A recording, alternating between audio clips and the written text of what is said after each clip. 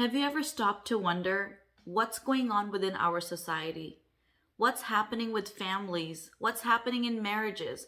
Why are there so many early teen pregnancies? Why are kids running away from their houses? The answer is simple.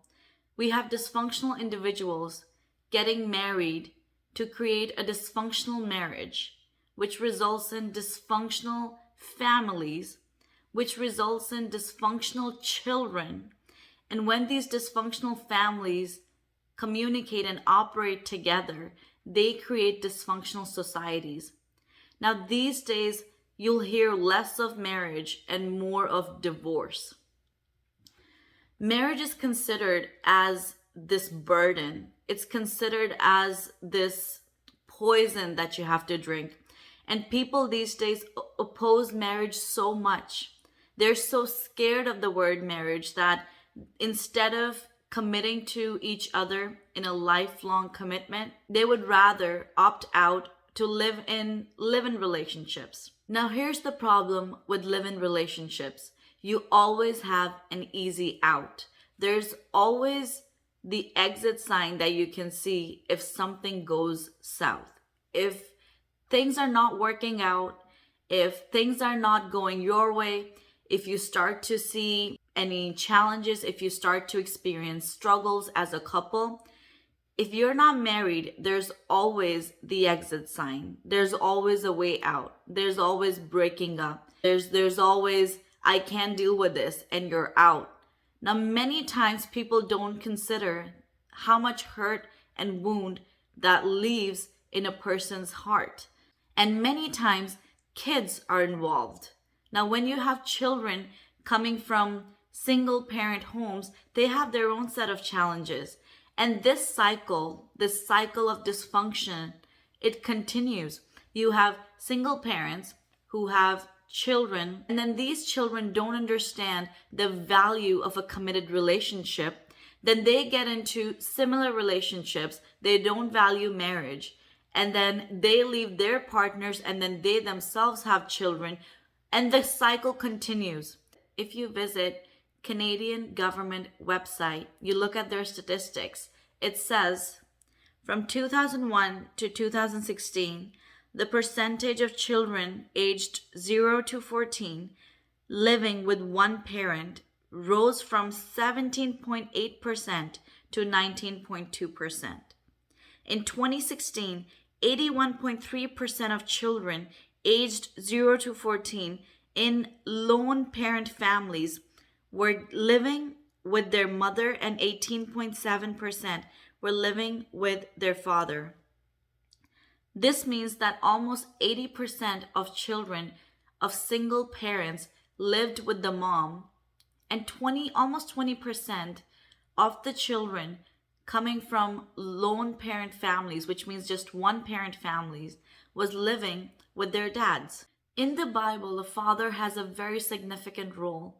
A father is a spiritual leader. He is the head of the house. He is the protector, and he's the provider. So if you have a person that God intended to be the head of the house, if you have the head removed, then the body becomes very dysfunctional. And it's difficult on the mother, and it's difficult on the children. And these children, they grow up feeling very rejected. They grow up feeling unworthy. Many of the fatherless children end up doing drugs. They end up in gangs. They end up engaging in some sort of a crime because that father figure, that charge was not there in their lives. And they had nobody watching over them because most likely their mom was too busy struggling and trying to take care of them, trying to provide for them. On the other hand, we have 20% of children growing up without a mother present. Now, in the Bible, the role of a mother is very significant. The mother is the disciplinary. The mother is a counselor. She shares words of wisdom with her children. She teaches her children to work hard. And many times a mother is a presence of comfort and emotional stability within the house. You'll hear many kids say, well, when I was young, my mother used to pray with me. My mother taught me how to read Bible. My mother helped me memorize many Bible verses. So a mother and father both are extremely important and significant members of a family. Now there's many children who have parents who are working extra hours to try to provide for the family. So I understand in these countries, you're getting paid per hour, and it's extremely important to work hard and provide for our families. But at the same time, if we give our children everything else but we are emotionally absent, if we don't have the time to learn about their day or check up on them and ask them how they're doing, how they're feeling, how school was, we're really missing the mark here. Your children and your teenagers, they long for your love and affection and your attention. And many times they want to share their thoughts with you, they want to share their ideas with you, but they're too scared to be shot down. Sometimes you might have to make certain changes in your life that you're able to make time. Teenagers mostly just want to be heard. At this age, they have so many questions and they're so confused because they're going through so many changes that the best person that they can trust is their parents. Or else they're going to go to Google or they're going to ask their other friends who themselves are going through their own struggles. So it is extremely important to develop trust within families so that your teens don't have to go elsewhere to get their questions answered. Now, understand in this day and age, we have teenagers who don't even want to talk to their parents, who are just hooked and connected to their video games or just on the phone. But here's one thing that you can do. Try to see what interests them. Maybe they want to go outdoors. Maybe they want to go to a water park. Maybe they want to go out for bowling. Try engaging with your teens in activities, in sport, in some sort of entertainment that is within your financial budget. Especially now that many kids are off school, there's no school.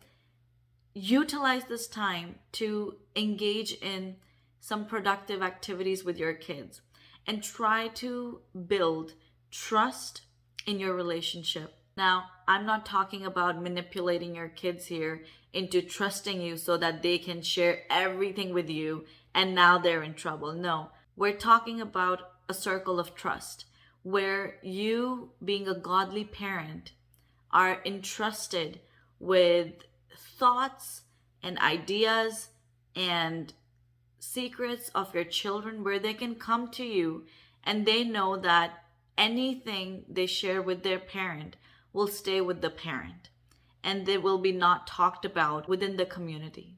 No one can give a better advice to a child than a godly parent because no one can love your child like you love them. Now, here are some of the benefits of establishing trust within parents and children. Your children are most likely to share their thoughts, their ideas with you, their feelings with you if they trust you.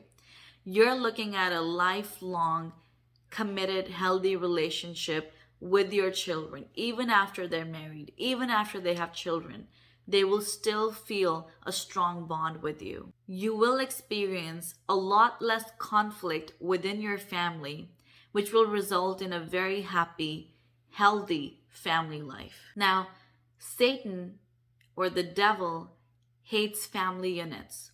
So this is his agenda, to destroy families, to put conflict within spouses, to create hatred within siblings, and to destroy families. So you have all these people who end up dysfunctional, and the cycle of dysfunction then continues in every individual's life. Satan wants to steal your kids away from you so he can feed thoughts of hatred and anger and resentment into their minds so that your children can hate you and then never want to be around you.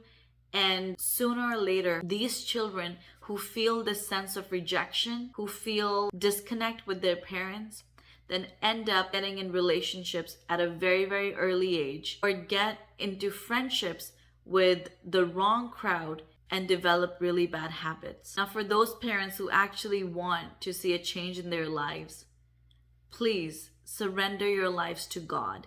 Give up your pride. Give up your ego. Don't be afraid to apologize to each other. Let go of past grievances and hurts. Forgive each other.